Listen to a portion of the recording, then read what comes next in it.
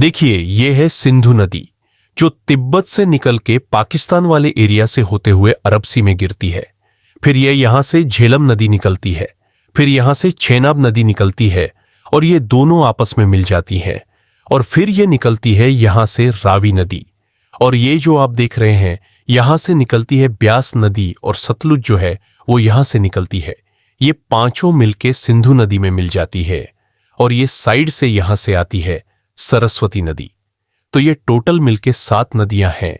अब यहां पे हरियाणा और पंजाब के पास में एक एरिया था, और इस एरिया को सप्त सिंधु कहा जाता था। ये जो सप्त सिंधु का रीजन है, इसको लेके अलग अलग थ्योरी है। तो एक्चुअल एरिया कौन सा है, इसको लेके हर जगह पे आपको कन्फ्लिक्ट मिलेगा, इसलिए रफली आपको मैं दिखा रहा हूं। अब क्योंकि यहां पे 7 नदियां हैं और सिंधु को मेन नदी माना गया, तो इस एरिया को सप्त सिंधु कहा जाने लगा। और सप्त सिंधु जो एरिया था, यहां पे एक ट्राइब रहती थी, यानी कि जनजाति रहती थी, उसका होमलैंड था ये, और उस ट्राइब का नाम था भारत। और इस भारत ट्राइब के जो राजा थे वो थे राजा सुदास। तो ट्राइब जो थी उसका नाम था भारता, और जियोग्राफिकल एरिया जहां पे ये ट्राइब रहती थी उसको बोला जाने लगा सत्य सिंधु। ये चीज याद रखिएगा, यहां से ही इंडिया और भारत दोनों के नाम निकलते हैं। अभी आगे बताऊंगा आपको। अब इसके बाद होता क्या है कि अराउंड 14वीं शताब्दी का समय था, और इस भारत ट्राइब के ऊपर वेस्ट की तरफ से पुरु ट्राइब थी। एक उसने 9 और ट्राइब के साथ मिलके, यानी कि टोटल 10 ट्राइब एक साथ मिलके इन्होंने भारत ट्राइब पे हमला कर दिया।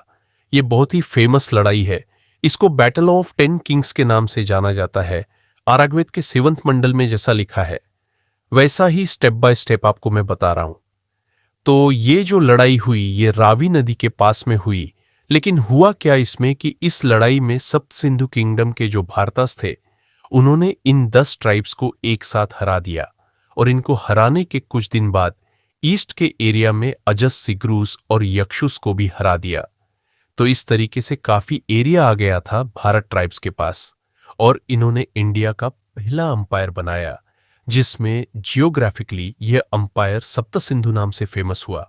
और जो इनकी ट्राइब यानी कि इस एम्पायर के लोग थे वो भारत नाम से फेमस हुए। तो उस टाइम पे एक रिचुअल फॉलो किया जाता था। उस रिचुअल में यह था कि जो राजा जीत जाता था वो एक यज्ञ करवाता था, अश्वमेधा यज्ञ, जिसमें एक यज्ञ करवा के एक वाइट घोड़ा छोड़ दिया जाता था। उस घोड़े के साथ काफी सिपाही भी रहते थे।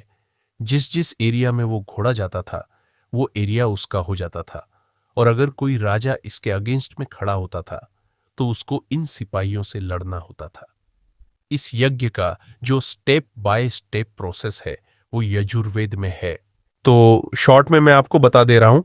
तो भारता ट्राइब के जो राजा थे उन्होंने ये यज्ञ करवाया, और ऐसा करके सप्त सिंधु किंगडम बहुत ही तेजी से फैलने लगा। उस टाइम पे होता क्या था कि जो भी राजा जीतता था वो हारी हुई जो ट्राइब रहती थी उनके ऊपर अपना ट्रेडिशन, अपनी सोच, अपने देवी देवताओं को थोप देता था।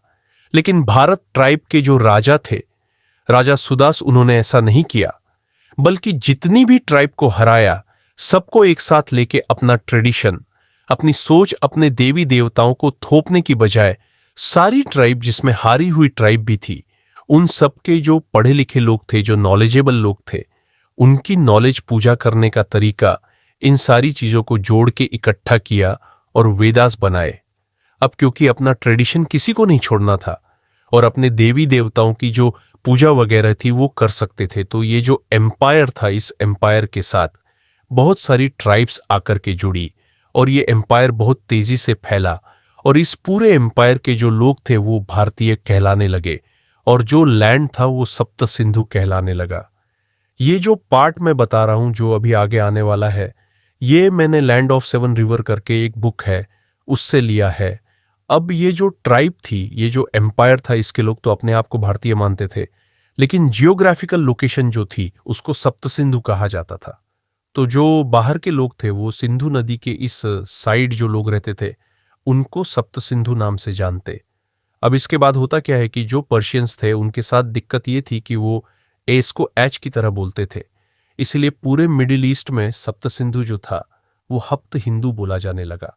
और इस पूरी कहानी का जो कॉन्फर्मेशन है, अगर आप ईरानी रिलीजियस टेक्स्ट बुक्स जो है, अविस्ता उसको देखोगे तो उसमें भी हप्त हिंदू है, और आगे चल के ये जो हप्त हिंदू है ये शॉर्ट में हिंदू नाम से ज्यादा फेमस होने लगा, और इसी हिंदू से कई लोगों ने हिंदुस्तान भी बोला। अब इसके कुछ टाइम बाद ये जो वर्ड है हिंदू ग्रीक ने इसको यूज किया। अब ग्रीक के साथ दिक्कत ये थी कि वो एच बोल ही नहीं पाते थे, और उनके अल्फाबेट्स में प्रॉपर यू तक नहीं था, इसलिए हिंदू जो नाम था वो आगे चल के बोला जाने लगा इंड्यूस, और फिर इसी इंड्यूस की जो आगे चल के लैटिन फॉर्म बनी वो इंडिया बनी। तो सप्त सिंधु पर्शियंसेस नहीं बोल पाते थे, तो हप्त हिंदू बना। फिर ग्रीक्स के पास जो एच और यू की दिक्कत आई तो इंडोस बना, और फिर इसकी लैटिन फॉर्म जो थी वो इंडिया बनी। तो इसको अगर आप ध्यान से देखो तो इंडिया और भारत वर्ड जो है वो दोनों एक ही जगह से निकले हैं।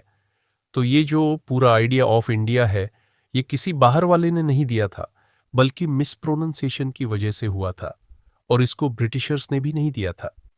ब्रिटिशर्स ने भारत की जगह इंडिया वर्ड यूज किया था, लेकिन उन्होंने यह नाम दिया नहीं था।